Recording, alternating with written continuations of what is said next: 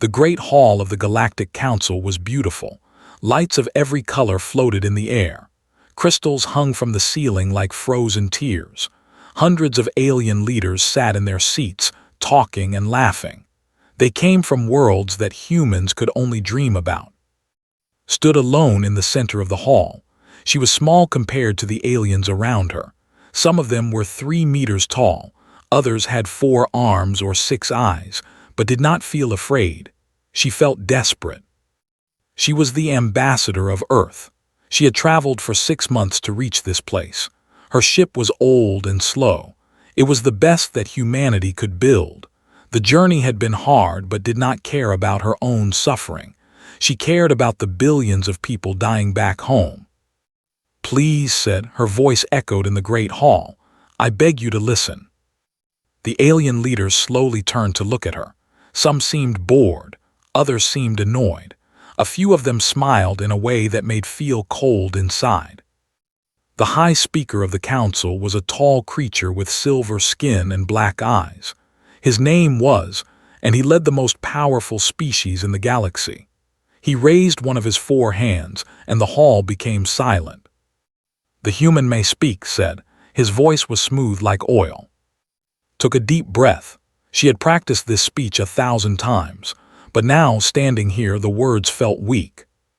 "A plague has come to Earth," she said. "We do not know where it came from. Our scientists cannot find a cure. Every day, millions of our people die. Children, parents, grandparents. They suffer terrible pain before the end." She paused. Some aliens were whispering to each other. A few were laughing quietly. "We have heard that your medical technology is far beyond ours," continued. "We have heard that you can cure any disease. We come to you not as equals but as those who need help. We will give you anything.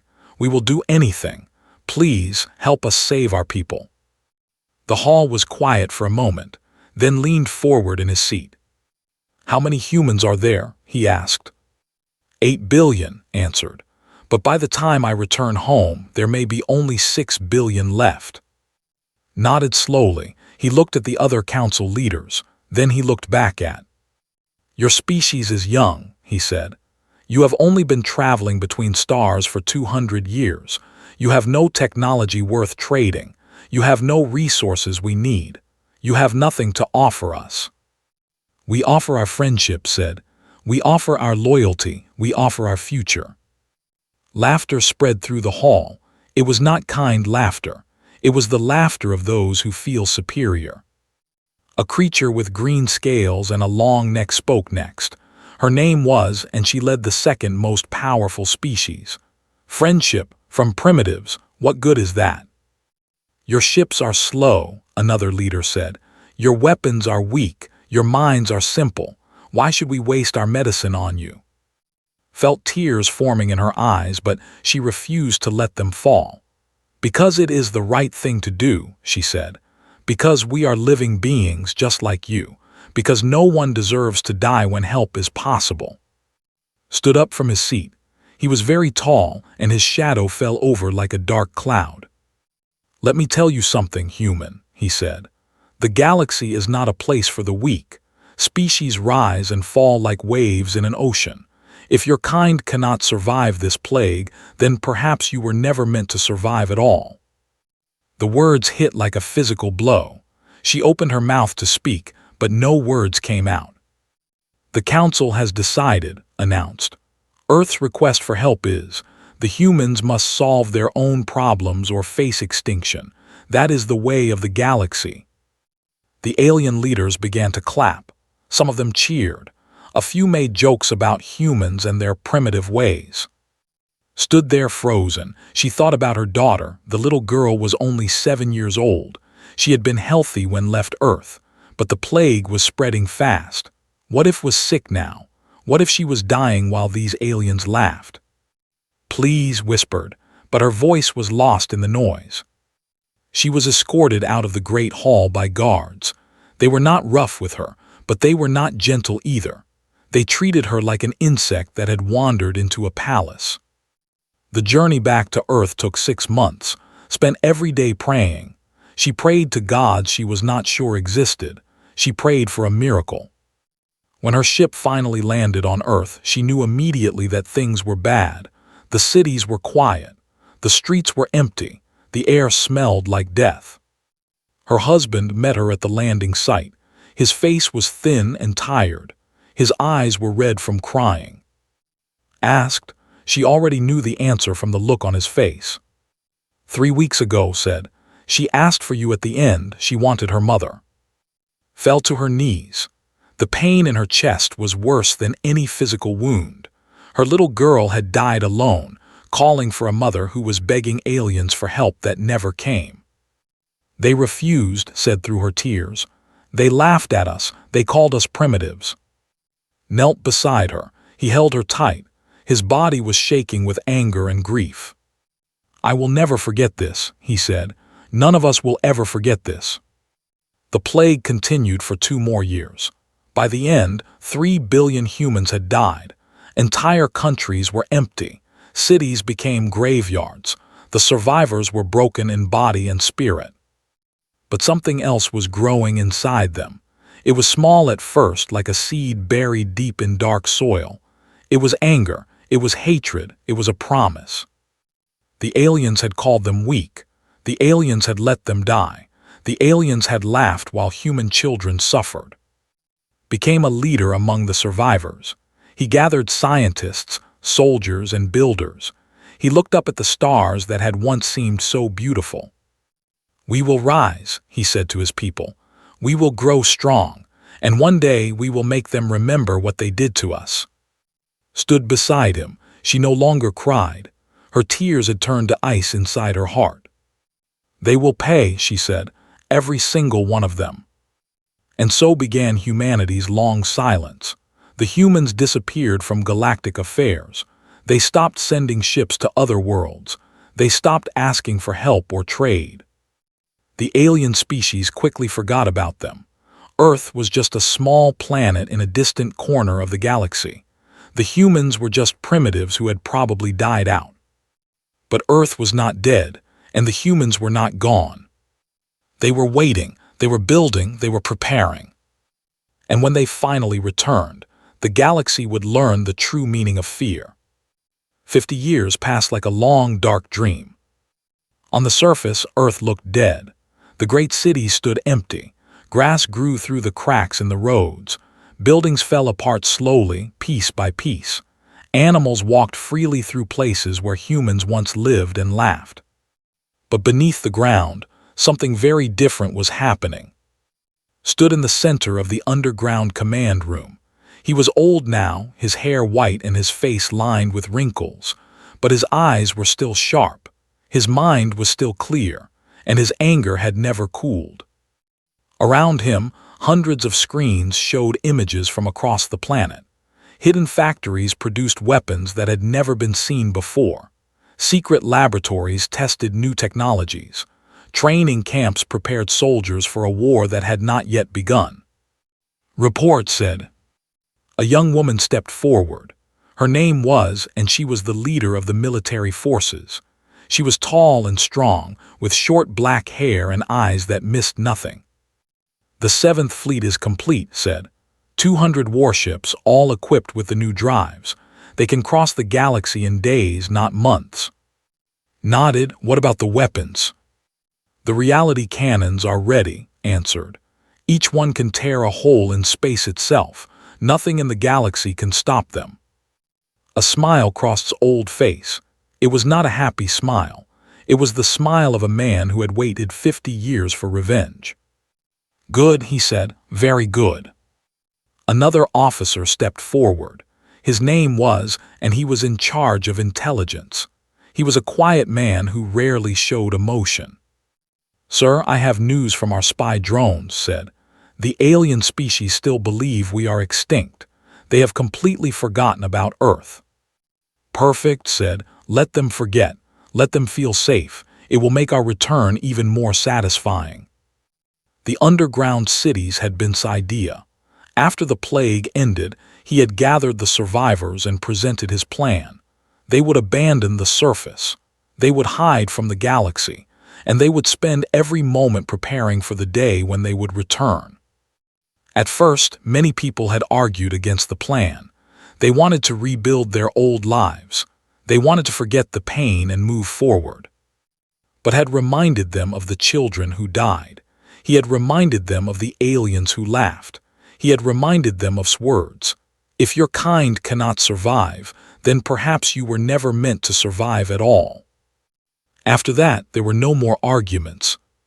The humans had worked harder than any species in the galaxy. They did not rest. They did not complain. Every man, woman, and child had a job to do, and they did it with fierce determination.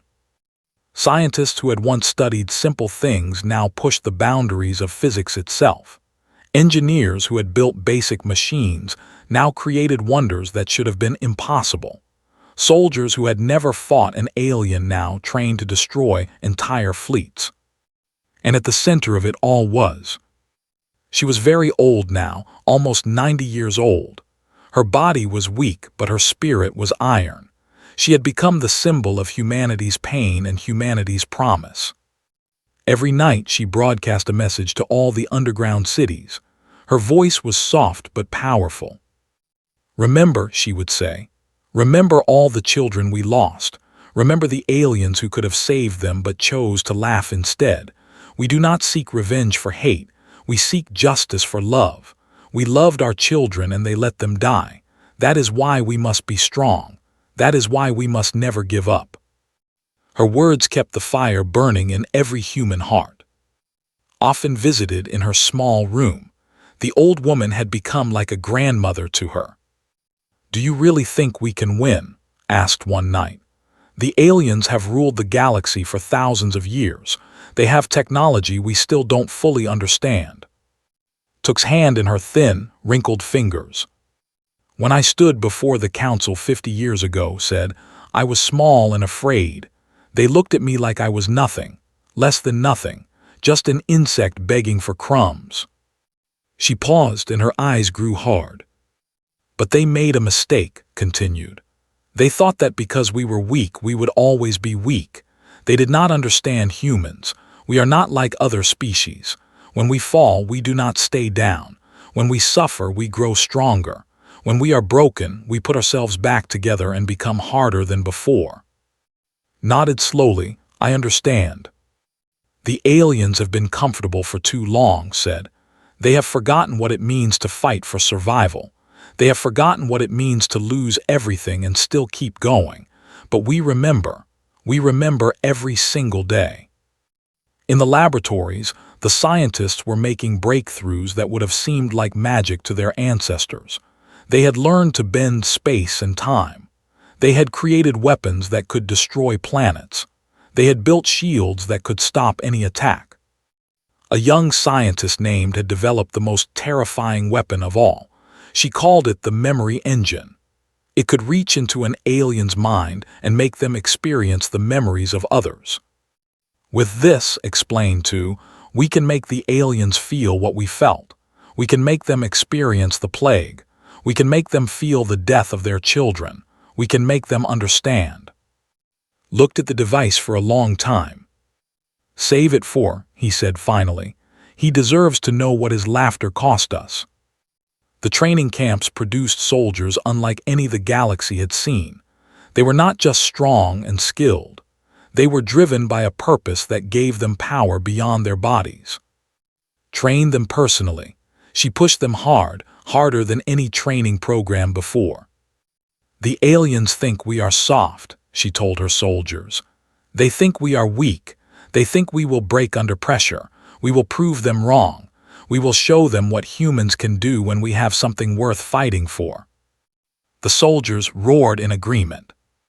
Spy drones had spread across the galaxy over the years. They were tiny, invisible to alien sensors. They watched everything. They recorded everything. They sent back information that would be crucial for the coming war. "The council has grown lazy," reported. "They spend their time on luxury and entertainment. Their military is weak. Their people are soft. They have no idea what is coming." Listened to every report.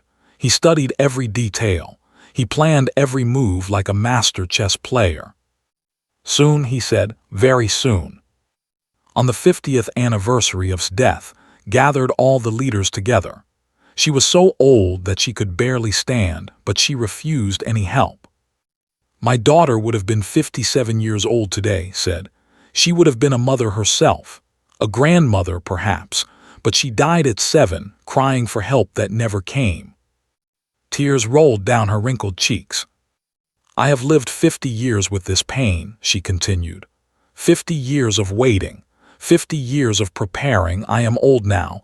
I may not live to see our victory, but I need to know that it will happen. I need to know that death meant something. Stepped forward, his own eyes were wet. The fleet is ready, he said. The weapons are ready, the soldiers are ready. We launch in 3 days. Smiled. It was the first real smile she had shown in 50 years. Then let the galaxy remember what they did to us, she said. Let them learn that humans never forget, and let them know that the abandoned have returned. 3 days later, the ground above the underground cities opened for the first time in 50 years. 1,000 ships rose into the sky, blocking out the sun. They were beautiful and terrible, each one a monument to humanity's suffering and determination. Stood on the bridge of the lead ship. She looked out at the stars that had once seemed so distant. For Earth, she said, for the children, for. The fleet jumped into hyperspace, leaving trails of light across the sky. Humanity was returning. And the galaxy was not ready. The Galactic Trade Station was the busiest place in the known universe. Ships from 100 different species came and went every hour. Merchants sold goods from across the stars. Travelers stopped to rest before continuing their journeys. Nobody expected anything unusual that day. It was just another normal day in the peaceful galaxy. Then the alarm started screaming. Station commander was a tall creature with blue skin and 3 eyes. He had worked at the station for 40 years and had never seen anything like what appeared on his screens. "What is that?" he demanded. "Where did those ships come from?" His officers scrambled to their stations. Their faces showed confusion and fear. "Unknown vessels," one officer reported. "Over 1,000 of them. They came out of hyperspace without any warning. Our sensors did not detect them until they were already here." Stared at the screens. The ships were unlike anything he had ever seen. They were dark and sleek, shaped like arrows pointed at their targets. They moved in perfect formation, like a single organism with 1,000 bodies.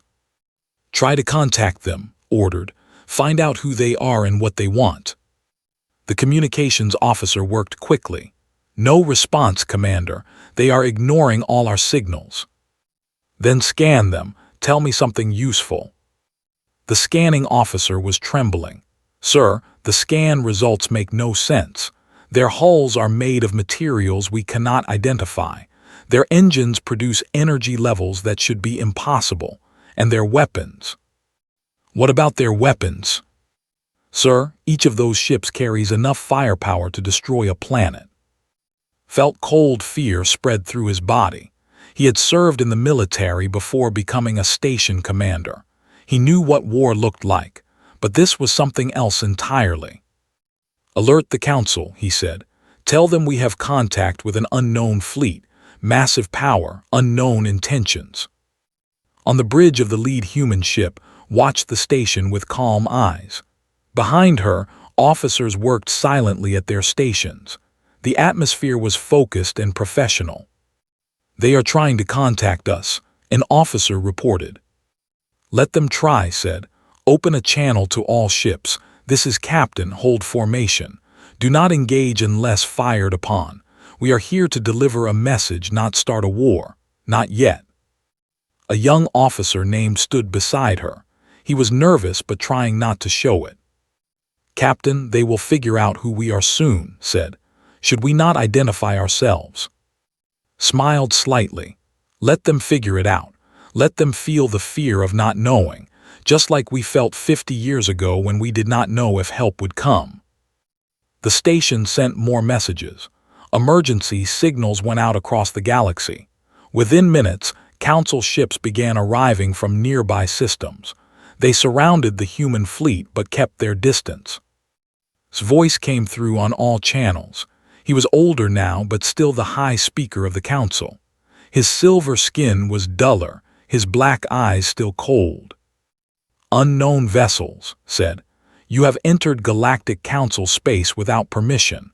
Identify yourselves immediately or face the consequences." Pressed a button on her chair. Her voice broadcast to every ship in the area, both human and alien. "High Speaker," she said, "my name is Captain of the Human Defense Fleet. We are from Earth. Perhaps you remember us." Silence fell across all channels. Even the background noise of space seemed to stop. "Earth," finally said. His voice was different now, uncertain. "That is impossible. The humans are extinct. They died from their plague 50 years ago." "No," said, "we did not die, we survived, and now we have returned." On the station, Commander watched his screens in shock. Humans, the primitives who had come begging for help when he was just a young officer, they had built these impossible ships. Was speaking again, trying to regain control. "You have no right to be here. Earth is not a member of the Council. You must leave immediately."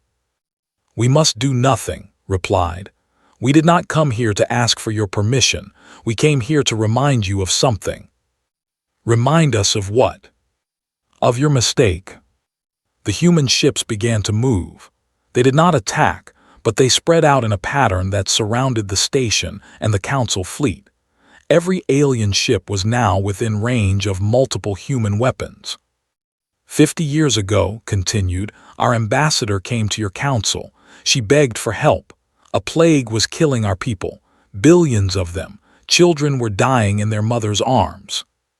Her voice grew harder. "And do you know what you did? You laughed. You called us primitives. You said that if we could not survive, then we were never meant to survive. You let our children die." On his flagship, shifted uncomfortably. He remembered that day. He remembered the small human woman standing alone in the great hall. He remembered the jokes and the laughter.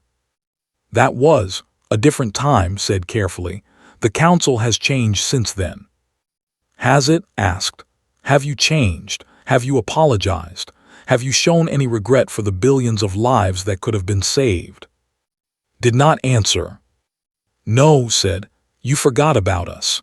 You went back to your comfortable lives and your luxury and your power.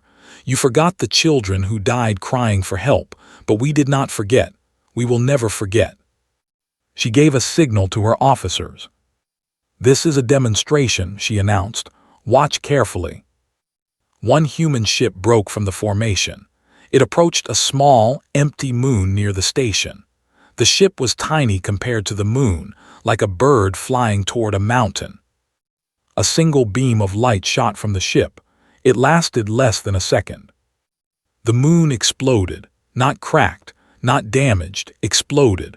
One moment it was there, a solid ball of rock and ice. The next moment it was a cloud of dust spreading across space. Every alien watching felt their blood run cold. "That was one ship," said. "One weapon, one shot. We have 1,000 ships. We have weapons you cannot imagine. We have technology that makes your greatest achievements look like children's toys." The Council fleet began backing away slowly. Their weapons seemed pathetic now. Their shields seemed thin. Their ships seemed like paper boats facing a tsunami. "What do you want?" asked. His voice was no longer arrogant, it was afraid. "We want you to remember," said. "We want you to understand what you did. We want you to know that actions have consequences. You abandoned us when we needed help. You laughed at our suffering. And now you must face what your cruelty created." She paused, letting her words sink in. "We are not here to destroy you today. That would be too quick, too easy. Instead, we are here to announce our return. We are here to let you know that the humans you ignored are now the most powerful species in the galaxy." On Earth, in her small room, watched the broadcast on a screen. Tears streamed down her face, but she was smiling. After 50 years of pain, she was finally seeing justice begin. For she whispered, "This is for you, my baby." Continued her announcement. "You will not sleep peacefully tonight, none of your people will, because you know what is coming. The abandoned have returned, the ignored have risen, and the helpless have become powerful beyond your worst nightmares." The human fleet held position for exactly 1 hour. They did not attack. They did not negotiate. They simply let the aliens look at them and feel fear. Then, without warning, they jumped back into hyperspace.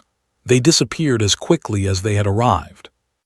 The station was left in chaos. Officers were crying. Commanders were shouting. Messages were flying across the galaxy at impossible speeds. The humans were back. They were angry, and they were more powerful than anyone had ever imagined. Sat alone in his chamber, staring at the ceiling. His hands were shaking. For the first time in his long life, he felt true terror. He remembered the human woman from 50 years ago. He remembered her tears. He remembered how small and helpless she looked. He had laughed at her. Now her people had returned with weapons that could destroy worlds. And he knew, with horrible certainty, that they remembered exactly who had laughed. The reckoning was coming, and there was nowhere in the galaxy to hide. In the weeks that followed, the galaxy learned what human anger truly meant. Admiral commanded the second wave. His fleet was smaller than, but every ship carried a specific purpose. He did not come to destroy planets. He came to destroy something more important: pride. The first target was the green-scaled leader who had called humans primitives. Her species, controlled the largest trading empire in the galaxy. They were rich beyond imagination. They thought their wealth made them untouchable. His fleet appeared above their capital planet without warning. The defense ships tried to form a line, but they were slow and clumsy compared to the human vessels. "Forces," announced. "You have 30 seconds to stand down. This is not a request." The commander was young and proud. He ordered his ships to fire. The battle lasted 12 seconds, not minutes, seconds. When it ended, every warship was floating debris. Not a single human ship had been scratched. Landed on the planet with a small team of soldiers. They walked through the golden streets of the capital city, past terrified citizens who had never seen violence in their lives. Was waiting in her throne room. She was trying to look calm, but her scales were changing color with fear. "What do you want?" she demanded. "Money, resources, we will give you anything." Stood before her, his face showed no emotion. 50 years ago," he said, "a human woman came to your council. She begged for medicine to save her dying people. Do you remember what you said?" Scales turned pale. She remembered. "You called us primitives," continued. "You asked what good our friendship could be. You laughed while our children were dying." I did not mean." "Yes, you did," interrupted. "You meant every word, and now you will pay for them." He pulled out a small device. It was the memory engine that had created. "This device will let you experience memories," explained. "Not your memories, ours. You will feel what we felt during the plague. You will experience the death of a child. You will understand what your laughter cost us." Tried to run, but soldiers blocked her way. The device was pressed against her head. For the next hour, lived through the plague. She felt the fever burning through her body. She felt the pain that made every breath agony. She watched through a child's eyes as her parents died. She cried out for help that never came. When it was over, was lying on the floor, sobbing. Her scales had turned completely white. She would never fully recover from what she experienced. "Remember this," said. "Remember it every day for the rest of your life. This is what you ignored. This is what you laughed at." The human fleet left the system, but they left behind a message that broadcast on every channel. The help to dying humans. Now they understand what dying feels like. News of the attack spread across the galaxy. Fear spread with it. Led the next operation personally. Her target was the center of council power. Himself had gone into hiding, but his people could not hide. Their planet was too big, too obvious. The human fleet surrounded the world like a ring of death. Every city could see the dark ships hanging in their sky. Every citizen felt the weight of humanity's anger pressing down on them. People of announced, "Your leader abandoned us in our time of need. He could have saved billions of lives with a single order. Instead, he chose to laugh and walk away." She paused, letting her words reach every ear on the planet. "We are not going to destroy your world. That would be too easy, too quick. Instead, we are going to show you something." Giant screens appeared in the sky above every city. They showed images from Earth during the plague, bodies in the streets, hospitals overflowing with the dying, parents holding their dead children, mass graves being filled by machines because there were not enough living people to dig. "This is what your leader condemned us to," said. "This is what he called natural selection. These are the primitives he said were never meant to survive." The citizens watched in horror. Many of them had never known the details of what happened on Earth. They had been told that humans simply died out, like many young species did. They had not known about the request for help. They had not known about the refusal. "We do not want your destruction," continued. "We want your shame. We want you to look at these images and understand what your council did. We want you to demand answers from your leaders. We want you to remember that power without compassion is just cruelty with extra steps." The images played for 3 days. The human fleet did not attack. They simply made sure that every citizen saw the truth. When the fleet finally left, the world was in chaos. Citizens were demanding resignation. Protests filled the streets. The government that had stood for thousands of years began to crack. Reported to after his next mission, "The third wave has completed its objectives. They have surrendered without a fight. They are begging for forgiveness." In the asked, "They tried to resist. Their fleet is now dust. Their leaders are experiencing the memory engine as we speak." Nodded, she felt no joy in these victories. She felt only the cold satisfaction of justice being served. On Earth, watched the reports with tired eyes. He was very old now, kept alive only by advanced medicine, but he had lived long enough to see his dream become reality. Sat beside him. She was even older, her body almost completely failing, but her mind was clear and her heart was full. "We did it," said softly. "We actually did it." "Not yet," replied. "There is one more thing that must be done." Yes, he was the one who made the final decision. He was the one who said we were never meant to survive. He must face us personally. Intelligence network found hiding on a remote moon at the edge of explored space. The once proud high speaker had fled like a criminal, taking only a few loyal guards with him. The human ship that came for him was small but fast, commanded it personally. She wanted to look into his eyes when justice was delivered. Guards surrendered immediately. They knew there was no point in fighting. The humans could destroy them with a thought. Found in a small room, sitting on a simple chair, he looked older than she had expected. His silver skin was dull and spotted. His black eyes had lost their cold confidence. "So," he said, "you found me." "We always knew where you were," replied. "We wanted you to feel fear first. We wanted you to know what it is like to hide and wait and wonder when the end will come." Laughed bitterly. "You have learned cruelty well. We learned it from you." She sat down across from him. For a moment they just looked at each other. Human and alien, victim and oppressor, past and present. "Do you know why we did not simply destroy your worlds?" asked. "We have the power. We could wipe every council species from existence." "Then why did you not?" "Because we are not you," said. "When we had power over the helpless, we did not use it to cause suffering. We used it to demand justice. We used it to teach lessons. We used it to make sure this never happens again."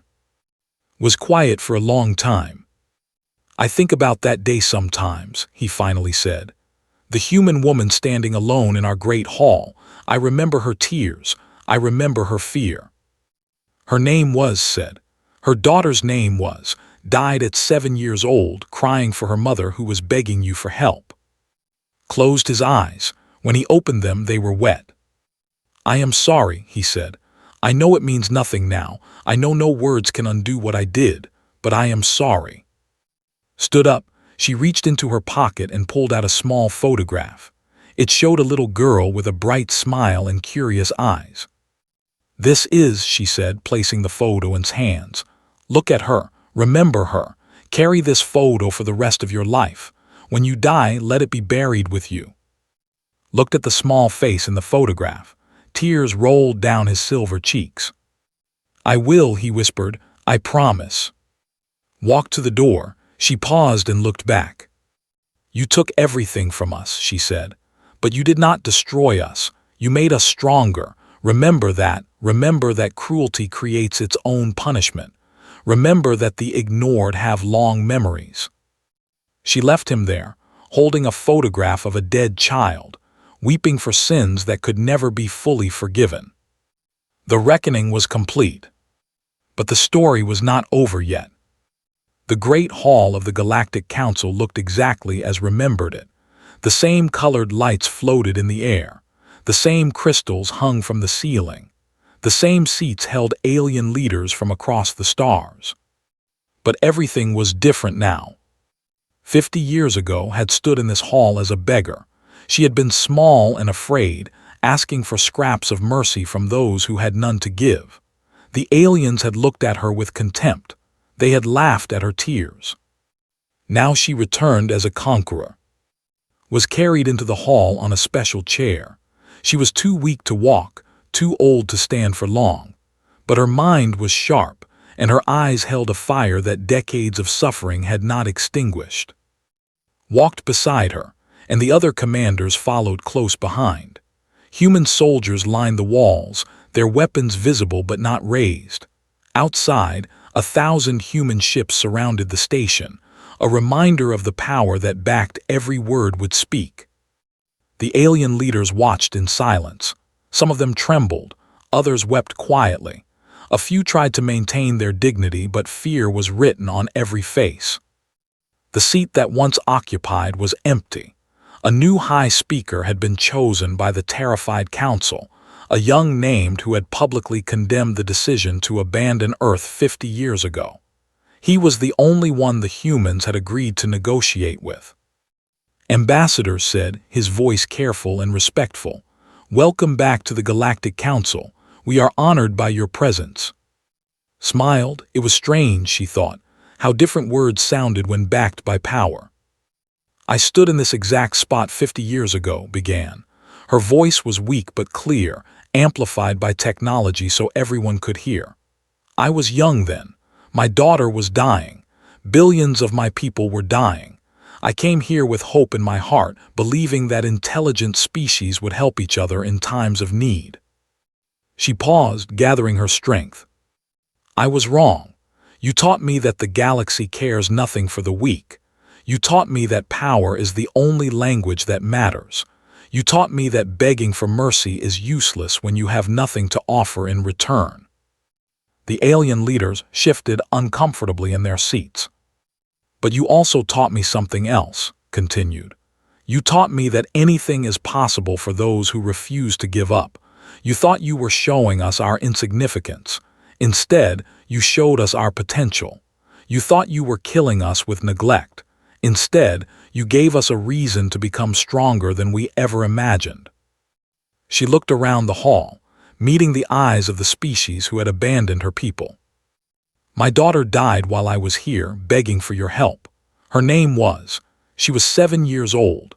She loved flowers and music and stories about brave heroes. She asked for her mother at the end, but her mother was here, being laughed at by aliens who could not be bothered to save a single child.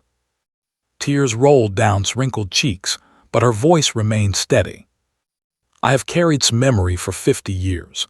Every day I thought of her smile. Every night I dreamed of holding her hand.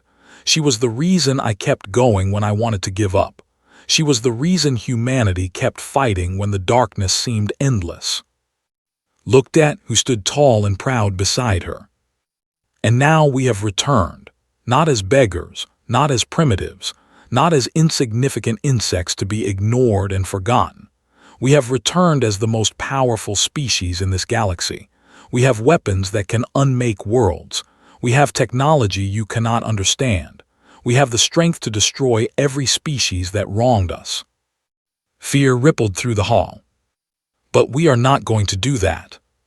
Surprise replaced fear on many faces. We are not you, said. We do not use our power to crush the helpless. We do not laugh at the suffering of others. We do not abandon those who need help. She straightened in her chair, finding strength she did not know she still had. We could have destroyed you. We could have burned your worlds and scattered your people across the stars. Many of my people wanted exactly that. They wanted revenge. They wanted you to feel every ounce of pain we felt. But I said no. I said that we must be better than those who hurt us. I said that true strength is not in destruction, but in choosing mercy when you have the power to destroy. Leaned forward. What do you want from us, Ambassador? Smiled. I want 3 things. First, I want a formal apology. Not just words, but a monument. On every world that refused us help, I want a memorial built to the 3 billion humans who died. I want future generations to know what happened. I want them to learn from your mistake. Second, I want a seat on this council, not as a junior member, as an equal. Humanity will have a voice in galactic affairs. Our opinions will be heard. Our needs will be considered. Third, I want you to change.